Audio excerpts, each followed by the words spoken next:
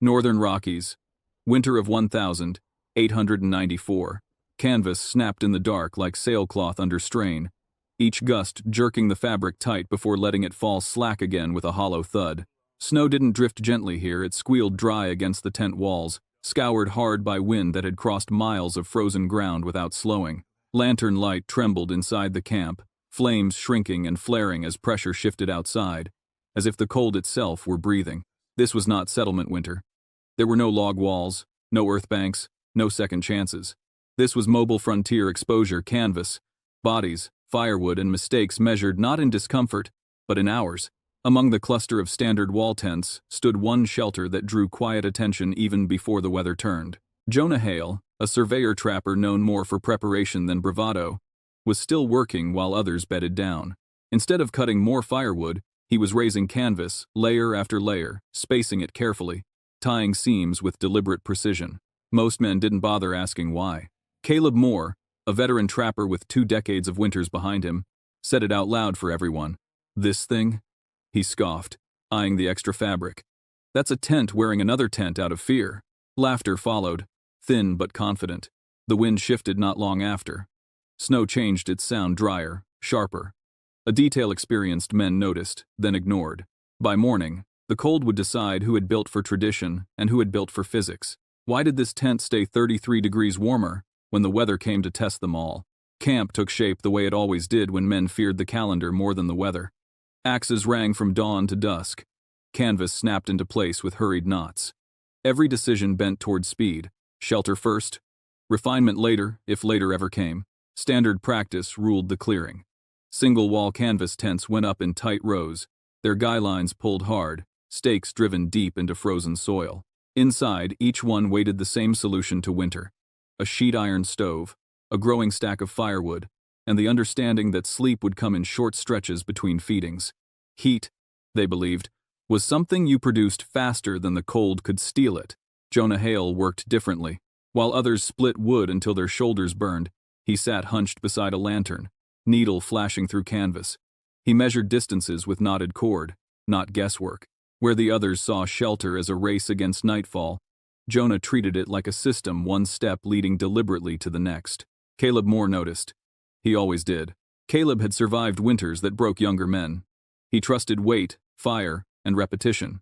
Watching Jonah stitch instead of chop unsettled him in a way he didn't care to admit. "You planning to sew the cold away?" Caleb called out, boots crunching over snow crust. "Winter don't respect cloth, Jonah. It respects wood." Jonah didn't look up. He cinched a seam tight, tested it with a gloved hand. "Cold moves," Jonah said quietly. "I'm giving it fewer places to go." Caleb laughed, sharp and confident. "Cold ain't clever. You beat it with heat. Same as always." That belief shaped every tent in camp. Fires roared early, even before the real cold arrived. Men learned the rhythms, how often to feed the stove, how to sleep with one ear open for the sound of dying embers. They accepted drafts crawling across the ground as unavoidable. The price paid for living under canvas instead of logs. But Jonah watched the air itself. He noticed how warmth pooled near the ceiling, then vanished the moment a flap lifted. How a gust outside could empty a tent of heat in seconds. How fire made heat, yes, but movement decided where it went. Instead of hauling more wood, Jonah kept sewing. Caleb shook his head as he passed. "You'll regret that come night." "No fire'll save you then." Jonah glanced at the woodpile, smaller than most, and then back at his work. He was not saving effort. He was redirecting it. As dusk fell, the camp settled into its familiar pattern. Stoves lit. Smoke rose straight up into a sky gone pale and hard. Men stamped snow from boots and cursed the cold already seeping under canvas edges. Jonah finished spacing his outer lines just as the wind stilled. Not calmed, stilled. Snow began falling straight down, fine and dry, barely whispering as it touched canvas. The kind of snow that didn't insulate. The kind that meant colder air above, waiting its turn. Old trappers noticed the quiet. No one said anything. Jonah tied his last knot and stepped back, studying the shape of the shelter he'd built, not thicker, not heavier, but layered. Intentional. Somewhere above them, pressure was dropping fast. And when snow falls without wind in this country, it doesn't mean mercy. It means the cold is gathering strength. By morning, the camp could see it clearly. Jonah's tent didn't look stronger than the others. It looked stranger. Where standard wall tents stood tight and exposed, his shelter carried depth canvas hanging where canvas shouldn't, lines that didn't pull straight to stakes, edges that seemed to float instead of snap. He was building space on purpose. Jonah worked methodically, moving from the inner liner outward. The innermost canvas hung loose, not stretched tight, suspended by short toggles tied to the frame poles. It brushed his shoulders when he stepped inside, soft and forgiving, never pulling against the structure.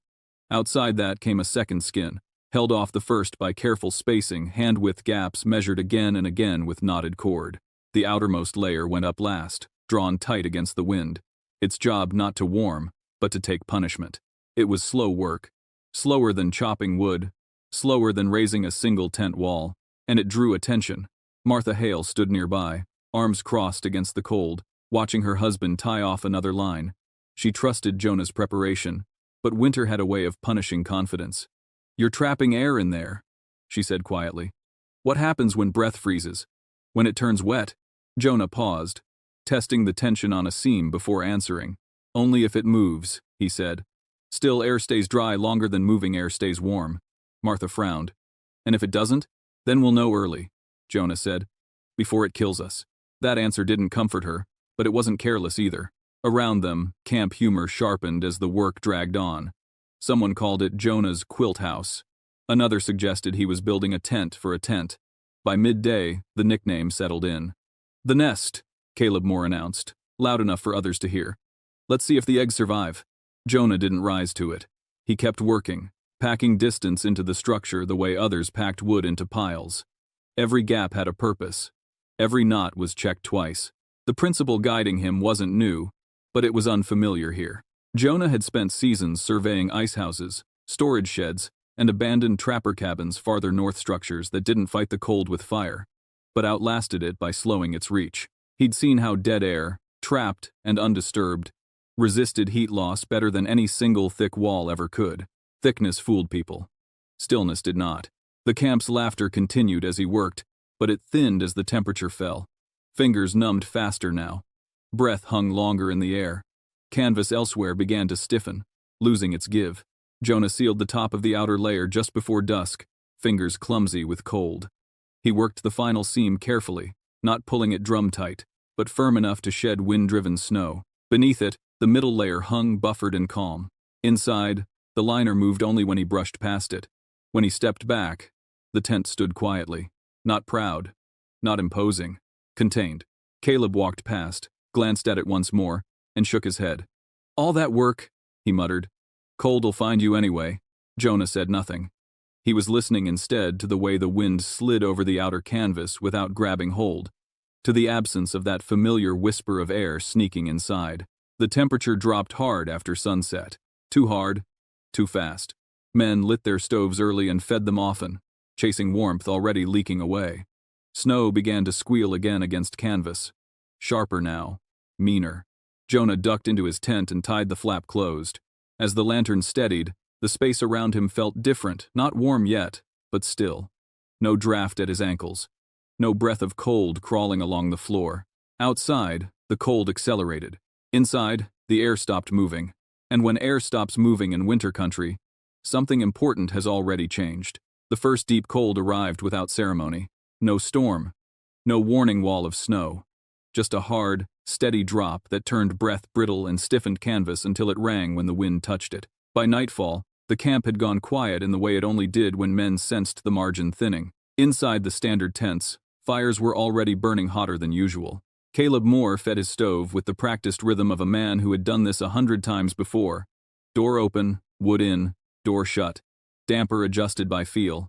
The iron glowed dull, red, heat rolling off it in waves that promised safety if it could be held. It couldn't. Cold air slid in low, creeping across the floor like spilled water. It curled around bedrolls, climbed pant legs, found wrists and necks. The warmth rose fast, gathered near the canvas roof, and vanished the moment a gust flexed the tent wall. Caleb felt it and swore under his breath. "Bleedin' drafts," he muttered, jamming another split into the firebox. "You feed it and it don't stay." Across camp, other men fought the same losing battle. Boots stayed on indoors. Coats remained buttoned. Frost feathered along canvas seams where warm breath met cold cloth and lost. Every tent whispered with moving air, the constant exchange that stole heat faster than fire could replace it. Jonah noticed the difference the moment he stepped inside his shelter. The lantern flame held steady. No sideways pull, no restless flicker. The inner liner barely stirred as he moved, brushing his sleeve instead of snapping away. The space felt muted, as if sound itself had thickened. He crouched and pressed his hand near the ground. No cold pooling, no invisible stream sliding past his fingers. Outside, the temperature kept falling. By midnight, the barometer had dropped far enough that even the most confident men felt it in their bones. The sky cleared completely, stars sharp and cruel, the kind that only come out when the air has emptied itself of mercy. Caleb woke to the sound he dreaded most, the stove ticking as it cooled. He was on his feet instantly, hands numb as he fumbled for kindling. The fire caught again, but the damage was done. The cold had already reclaimed ground. Ice traced the rim of the water bucket. Frost crept inward from the tent walls, pale and deliberate. "This ain't right," he said aloud, though no one answered. In Jonah's tent, the night unfolded differently. There was no roaring fire, just the residue of heat from the evening's cooking, from bodies settling into blankets, from breath slowly warming the still air. The triple layers did not create warmth. They refused to give it back. Jonah lay awake for a long time, listening not to wind inside the shelter, but to its absence. Outside, gusts struck the outer skin and slid away. Inside, the air stayed put. That was the difference. Heat wasn't being stolen in pieces. It wasn't racing upward to escape. It lingered, thin but persistent, like an ember buried deep in ash. Toward morning, the pressure dropped again. Somewhere beyond the ridgeline, weather was organizing itself. Jonah rose quietly and hung a small spirit thermometer from a cord, positioning it away from his body, away from the lantern, where it could tell the truth without interference. He didn't announce it. He didn't invite comment. He just watched the mercury settle. Outside, men were waking cold and angry, feeding fires that could not keep up, wondering why experience suddenly felt thin. Above them all, unseen systems were aligning, cold air massing, wind preparing to return, snow waiting its turn. The kind of conditions that did not forgive gaps. And when the barometer falls this fast, it never comes alone. The winter tightening its grip on the Northern Rockies that year was not remembered kindly. Long after the season passed, men would speak of 1,894, 1,895 as a dividing line, before and after. Weather records from forts, rail depots, and mission stations scattered across the region documented what the frontier felt in its bones: sustained sub-zero nights, abrupt temperature collapses, and wind events that erased the margin between hardship and danger. This was not an unlucky cold snap. It was a system. Arctic air spilled south in repeated waves, driven by pressure gradients that allowed no pause for recovery. Each surge followed the last too closely for ground, timber, or people to regain lost heat. Pacific moisture rode in above it, feeding storms that dropped dry snow, first insulating nothing, then heavy accumulations that drifted deep and sealed roots out.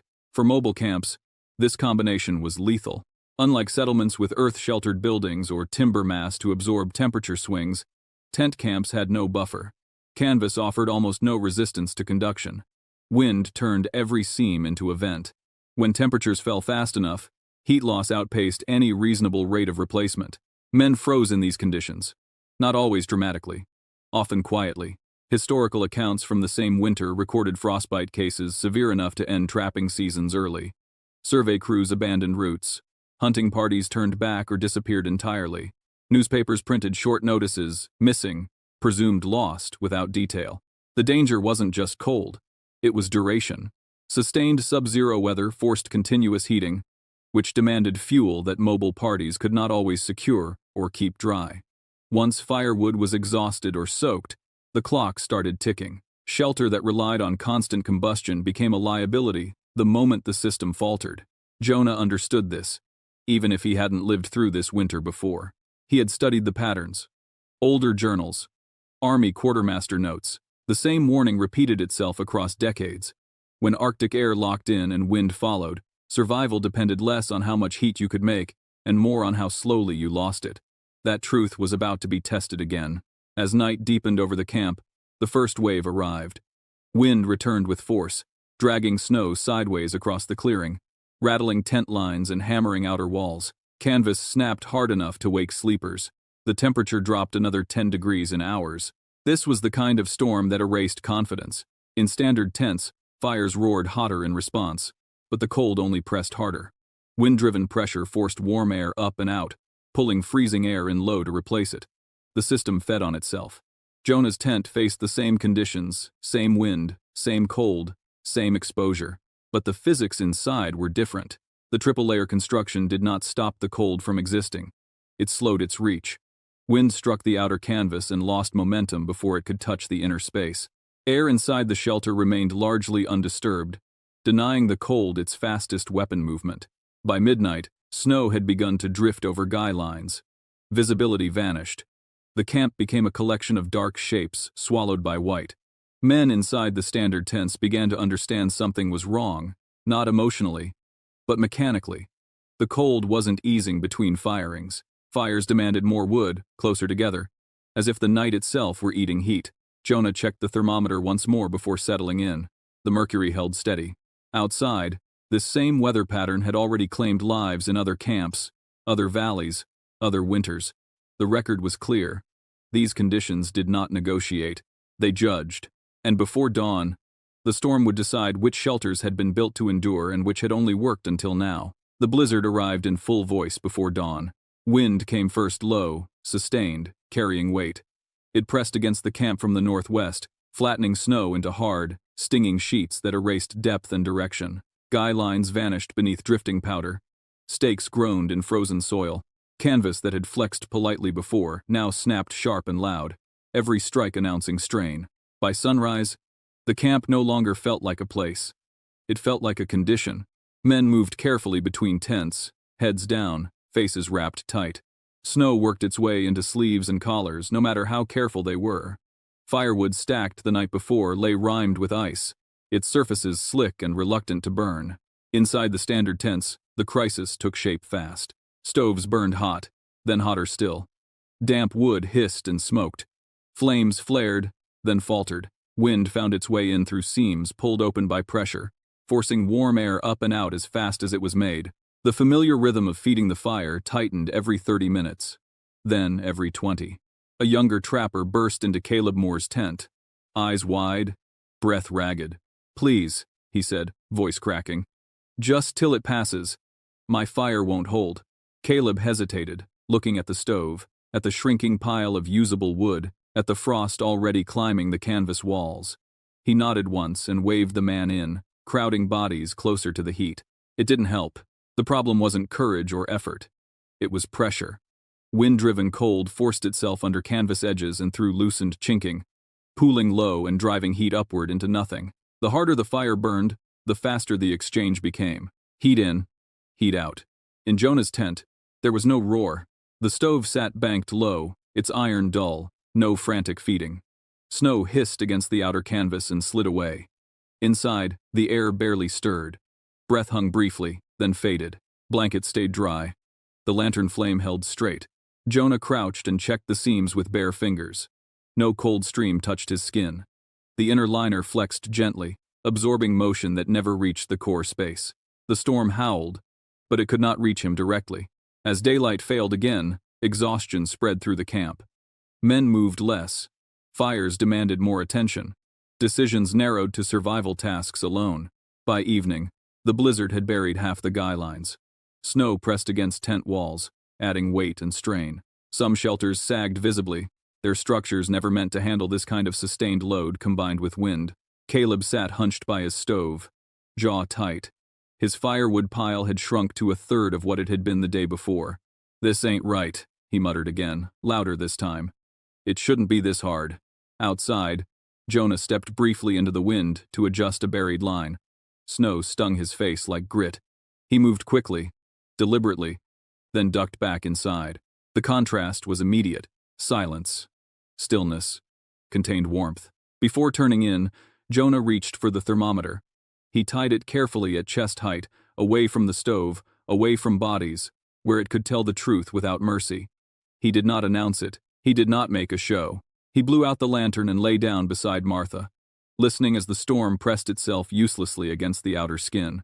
In other tents, men lay awake, counting firewood, counting minutes, counting how long they could keep this up before something gave. Outside, the blizzard showed no sign of easing, and somewhere in the dark, the numbers were already settling quiet, impartial, waiting to be read when morning came. Morning arrived without light. Snow still drove sideways, thinning only enough to reveal shapes where tents had been. The camp felt buried rather than settled, as if the night had pressed it down into the ground. Men emerged slowly, faces stiff, movements careful, conserving what warmth they still carried in their joints. Caleb Moore stepped out of his tent and stopped. Ice rimmed the inside of his doorway. The water bucket he'd set near the stove was frozen solid, a dull white puck trapped in tin. He stared at it for a long moment, then looked back inside at the stove ash choked, fire spent, the iron cold to the touch. Across the clearing, Jonah's tent stood unchanged. Snow banked high against its sides, but the canvas held its shape.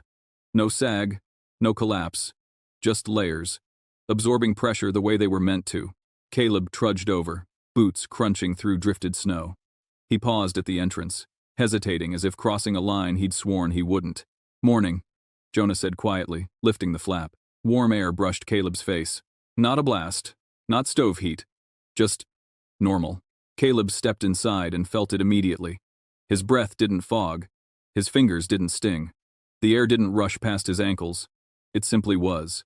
"That ain't right," he said, scanning the space. "Where's the fire?" "Banked last night," Jonah replied. Caleb's eyes found the thermometer hanging from its cord. He squinted, then leaned closer. "No," he said flatly. "You hung that wrong." Jonah didn't argue. He reached up and lowered it, held it steady in open air, away from bodies, away from canvas. The mercury barely moved. Outside, the temperature sat near 10 below. Inside, the reading held more than 30 degrees warmer. Caleb stared at it in silence, jaw tightening. "That thing's lying," he said finally. "Has to be." Jonah shook his head once. "Cold, don't lie. It just takes." The realization settled heavy in the tent. This wasn't comfort. This was margin. The difference between burning furniture and sleeping through the night. Between frostbite and bare hands. Jonah explained nothing. He didn't need to. The evidence spoke in plain numbers. A human body gave off heat whether it tried to or not. Cooking added more. A banked stove added some. In most tents, all of it leaked away faster than it could accumulate. Here, it stayed long enough to matter. Caleb rubbed his hands together slowly, feeling warmth return without pain. Outside, men were still fighting fires that could not keep up, feeding stoves that answered with diminishing returns. "I burned near twice the wood you did," Caleb said quietly. "And I still froze." Jonah nodded. "You made heat. You just couldn't hold it." The storm showed no mercy as the day dragged on. Snow continued to pile. Wind kept pressure constant. In other tents, conditions worsened as exhaustion set in. Fires went out briefly, then dangerously long. Men began rationing movement, curling tight to conserve energy. Inside the triple-layer tent, life continued. Meals were cooked without gloves. Bedding stayed dry. The floor felt cool, but not hostile. The thermometer remained where it was, reading steady, hour after hour. By afternoon, word spread. Men came by in ones and twos, pretending curiosity. They felt the air, checked the seams, eyed the canvas spacing. No one laughed anymore. The storm had stripped the argument bare. There was no trick here. No luck. No hidden fire. Just physics doing what it always did, favoring the shelter that let heat linger instead of flee. And with 2 more days of weather still ahead, the cold had made its choice clear. Those who could not contain warmth would run out of time. Those who could would endure. The second night did what the first had only warned of. Firewood that once felt reassuring now looked fragile, split ends soaked through. Bark slick with meltwater that refused to burn clean. Men who had fed their stoves through the previous night with anger and confidence now moved more slowly, conserving strength instead of heat. Each motion measured against how much energy it would cost to make it back. Caleb Moore's fire failed just after midnight. There was no sudden collapse, no dramatic rush of wind. The stove simply stopped keeping pace. Embers dulled to a lifeless red. Wood hissed and smoked without catching, moisture winning every attempt to force flame where it no longer belonged. Caleb crouched beside the firebox, hands shaking not from cold alone, but from the understanding settling in behind his eyes. This was the moment he had never planned for. He had trusted fire his entire life. Trusted that if he worked hard enough, chopped enough, fed the stove often enough, winter would eventually give ground. But sitting there in the dim light, watching heat bleed away faster than he could replace it, he understood something he had never had to name before. Fire could be beaten. "This ain't a fair fight anymore," he said aloud, voice low and thin in the frozen air. "You can't outrun the wind forever." Outside, the storm pressed on with steady, mechanical patience. By morning, his tent was no longer shelter. Frost coated the inner canvas thick enough to flake off in brittle sheets. Bedding lay stiff and damp, holding cold instead of resisting it. The air bit exposed skin within seconds, sharp enough to punish even small movements. Caleb stood there longer than he needed to, weighing pride against consequence. The choice was simple, but not easy. He pulled on his coat and stepped into the wind. Jonah Hale opened the tent flap before Caleb knocked. Warmth spilled out, not dramatic, not overpowering, but unmistakably human. Air that didn't sting, space that didn't demand immediate heat to stay alive. Caleb hesitated only once. "I was wrong," he said, the words carrying more weight than any apology. "I didn't see it." Jonah stepped aside without comment. "Come in." No lecture followed. No quiet triumph. As the morning wore on, others came. Men whose fires had failed in the night. Men whose tents sagged under snow load they were never meant to carry. Men whose hands shook too much to pretend experience alone would save them. Bodies filled the space tighter than Jonah had planned, but the system absorbed the strain. More bodies meant more heat. The inner liner flexed gently under movement. The middle layer held the air still. The outer skin took the wind's punishment without passing it inward. Moisture from breath lingered longer, dispersing instead of freezing instantly. Boots set near the stove dried slowly, instead of steaming the space into frost. Caleb sat cross-legged near the center, eyes returning again and again to the thermometer hanging from its cord. He expected betrayal, a sudden drop, proof that this comfort was temporary.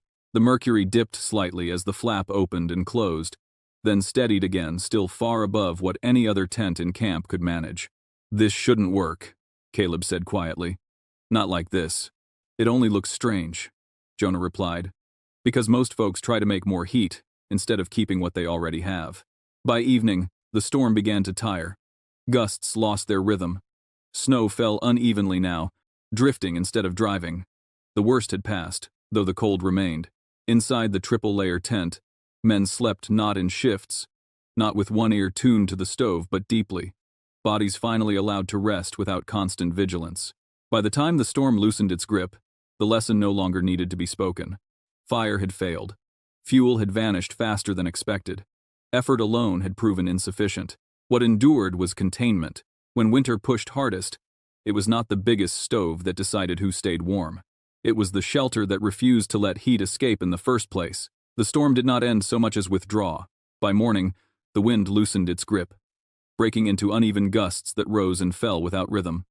Snow no longer drove sideways with purpose. It drifted instead, piling softly against tents already scarred by the night's work. The cold remained sharp, watchful, but its edge had dulled just enough for men to step outside and take stock of what had survived. The camp emerged slowly. From some tents came coughing. From others, silence that carried its own meaning. Faces looked hollowed, eyes rimmed red from smoke and sleepless hours spent feeding fires that never caught up. Fingers were wrapped clumsily in rags. One man held his hands out in front of him as if unsure they still belonged to him. Jonah's tent opened without urgency. Warm air spilled out, steady and unremarkable, the way it had throughout the storm. Inside, bedding lay dry. Boots rested where they had been set. The space showed no sign of struggle, no frantic rearrangement, no desperate measures taken in the dark. Caleb Moore stepped out beside Jonah and stood for a long moment without speaking.